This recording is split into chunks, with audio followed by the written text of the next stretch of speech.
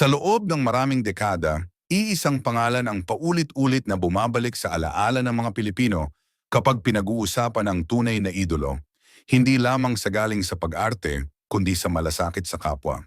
Si Angel Locsin ay hindi basta artista. Isa siyang simbolo ng lakas, kabutihan at konsensya sa mundo ng showbiz. Ngunit sa kabila ng kanyang kasikatan, dumating ang panahon na bigla na lamang siyang nawala sa telebisyon. Walang maingay na pamamaalam, walang malaking anunsyo. Kaya naman hanggang ngayon maraming nagtatanong, nasaan na nga ba si Angel Locsin? Ano na siyang kanyang buhay ngayon, malayo sa kamera at palakpakan? Sa video na ito, tatalakayin natin ang buong kwento mula sa kanyang kasikatan, sa kanyang mga pinagdaanan, hanggang sa katahimikang pinili niya ngayon.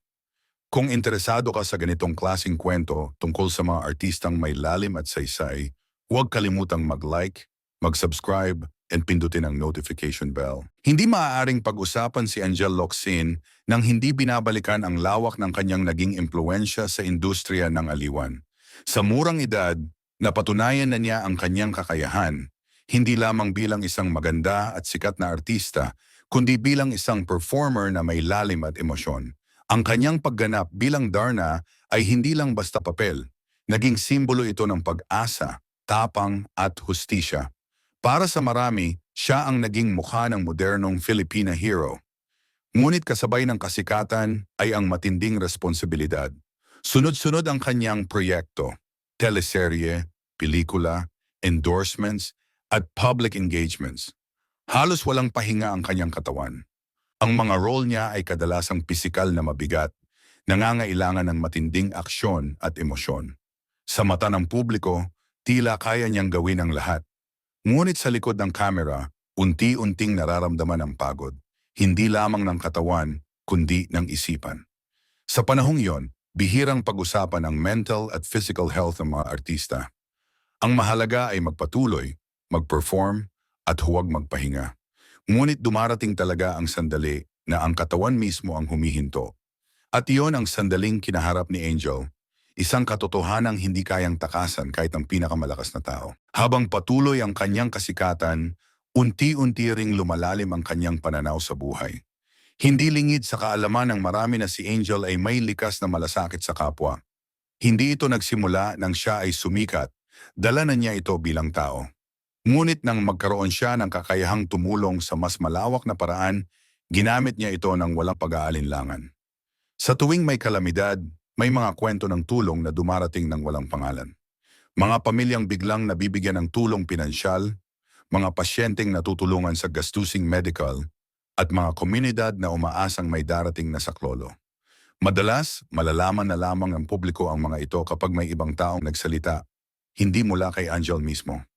Kasabay ng pagtulong sa iba, kinailangan din niyang harapin ang sariling laban. Ang pressure ng pagiging public figure ay hindi biro. Lahat ng kilos ay binabantayan. Lahat ng pagbabago ay pinupuna. Sa ganitong sitwasyon, ang katahimikan ay nagiging luho. Kaya unti-unti, pinili ni Angel ang paglayo, hindi dahil sa kawalan ng pagmamahal sa kanyang fans, kundi dahil sa pangangailangang maghilom. Ang desisyon ni Angel Locsin na umatras sa spotlight ay hindi biglaan. Ito ay resulta ng mahabang proseso ng pagninilay at pakikinig sa sarili. Sa panahong iyon, mas pinili niyang unahin ang kalusugan, pisikal man o mental. Isang hakbang na hindi madaling gawin lalo na para sa isang taong sanay na laging nasa harap ng kamera. Maraming haka-haka ang lumabas. May mga nagsabing tuluyan na siyang nagretiro. May iba namang umaasang babalik siya anumang oras. Ngunit nanatiling tahimik si Angel. Hindi niya kailangang ipaliwanag ang lahat. Para sa kanya, ang katahimikan ay hindi pagtatago, kundi pag-aalaga sa sarili. Sa panahong ito, mas pinahalagahan niya ang pagiging normal. Ang mga simpleng araw na walang script, walang camera, at walang pressure. Isang buhay na mas malapit sa realidad ng karaniwang tao at mas malayo sa ilusyon ng kasikatan. Sa kanyang personal na buhay, mas naging pribado si Angel kaysa dati. Hindi na siya madalas makita sa social media at kung minsan man ay lumitaw, ito ay kadalasang may mensahe ng pasasalamat o malasakit. Hindi siya nagbahagi ng labis. Pinili niyang itira ang mahahalagang bagay para sa sarili at sa mga taong tunay na mahalaga sa kanya. Ang ganitong uri ng pamumuhay ay bihira sa mundo ng showbiz, ngunit dito mas lalong nakita ng marami ang kanyang pagiging totoo. Hindi siya nabuhay para sa imahe, kundi para sa kapayapaan ng loob. Isang malinaw na pahayag na hindi lahat ng tagumpay ay kailangang ipakita sa publiko.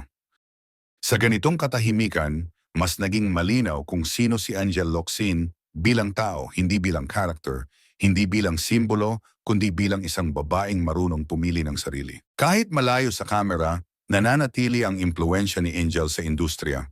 Patuloy siyang binabanggit bilang halimbawa ng integridad at malasakit. Para sa mga bagong artista, siya ay inspirasyon, patunay na posible ang tagumpay nang hindi isinusuko ang prinsipyo. Ang kanyang legacy ay hindi nakatali sa dami ng awards o proyekto, kundi sa mga buhay na kanyang natulungan at sa respeto na kanyang nakamit. Hanggang ngayon, ang kanyang pangalan ay kaakibat ng kabutihan. Isang bihirang bagay sa isang industriyang madalas puno ng kontrobersya. Marami ang patuloy na nagtatanong kung babalik pa ba siya sa telebisyon o pelikula. Ang sagot ay walang katiyakan at marahil iyon ang pinakamahalagang punto. Hindi na siya alipin ng expectations. Kung siya man ay bumalik, ito ay dahil gusto niya, hindi dahil kailangan niya. Ang ganitong kalayaan ay bihirang makamit ng isang artista. Isang pribilehiyong bunga ng tamang desisyon at matibay na paninindigan. Sa puntong ito ng kanyang buhay, si Angel Locsin ay hindi na hinahabol ng oras. Siya na ang may control dito. Ngayon, si Angel Locsin ay simbolo ng isang mas malalim na anyo ng tagumpay. Hindi na siya araw-araw nakikita, ngunit araw-araw pa ring nararamdaman ang kanyang impluensya. Sa katahimikan, patuloy siyang nagbibigay inspirasyon, lalo na sa mga taong natutong piliin ang sarili sa gitna ng ingay ng mundo. Ang kanyang kwento ay hindi kwento ng pagkawala, kundi ng paglipat sa mas makabuluhang yugto ng buhay. Isang paalala na minsan, ang pinakamalakas na desisyon ay ang huminto at magpahinga. Sa kabila ng lahat ng ito, may isang mahalagang bagay na lalong nagpatingkad sa katauhan ni Angel Locsin sa mata ng publiko, ang respeto. Hindi ito respeto na hinihingi, kundi kusang ibinibigay. Sa isang industriyang mabilis magpalit ng idolo at mas mabilis manghusga, nanatili siyang kakaiba. Kahit wala na siya sa telebisyon, bihira ang negatibong salitang ikinakabit sa kanyang pangalan. Isang patunay na ang kanyang mga naging desisyon ay hindi impulsive, kundi bunga ng malalim na pag-unawa sa sarili at sa mundo sa kanyang paligid. Marami ang nagsasabi na ang tunay na pagsubok ng isang artista ay hindi habang siya ay nasa tuktok, kundi kapag pinili niyang bumaba.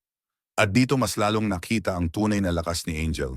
Hindi niya ginamit ang katahimikan para magpaawa o lumikha ng misteryo. Sa halip, ginamit niya ito bilang espasyo para huminga, magmuni-muni, at muling kilalanin ang sarili na matagal ding naisantabi dahil sa responsibilidad sa trabaho at sa publiko. Sa pagdaan ng panahon, unti-unting nagbago ang pananaw ng maraming tao tungkol sa tagumpay. At si Angel Locsin ay naging isa sa mga hindi sinasadyang simbolo ng pagbabagong ito. Ipinakita niya na ang tagumpay ay hindi palaging nasusukat sa dami ng exposure, awards o kita. Minsan, ang tunay na tagumpay ay ang kakayahang mamuhay ng payapa, walang kailangang patunayan at may malinaw na konsensya. Para sa mga kabataang sumusubaybay sa kanyang kwento, nagsilbi itong mahalagang aral. Sa huli, ito na pala si Angel Locsin ngayon. Mas tahimik, mas pribado, ngunit mas buo bilang tao. Hindi man siya palaging nasa harap ng kamera, mananatili siyang bahagi ng puso at alaala ng sambayanang Pilipino. Kung nagustuhan mo ang ganitong klaseng long-form storytelling, huwag kalimutang mag-like at mag-subscribe. Pwede mo i-comment kung ano ang mga opinion mo at mag-suggest kung ano ang gusto niyong i-content. At maraming salamat po kung umabot ka part na to. Mag-subscribe at like kung nagustuhan mo ang ganitong klase ng content. Tanong ko sa'yo, sa tingin mo ba tama ang desisyon ni Angel Locsin na piliin ang katahimikan kaysa kasikatan? I-comment ang iyong sagot sa ibaba.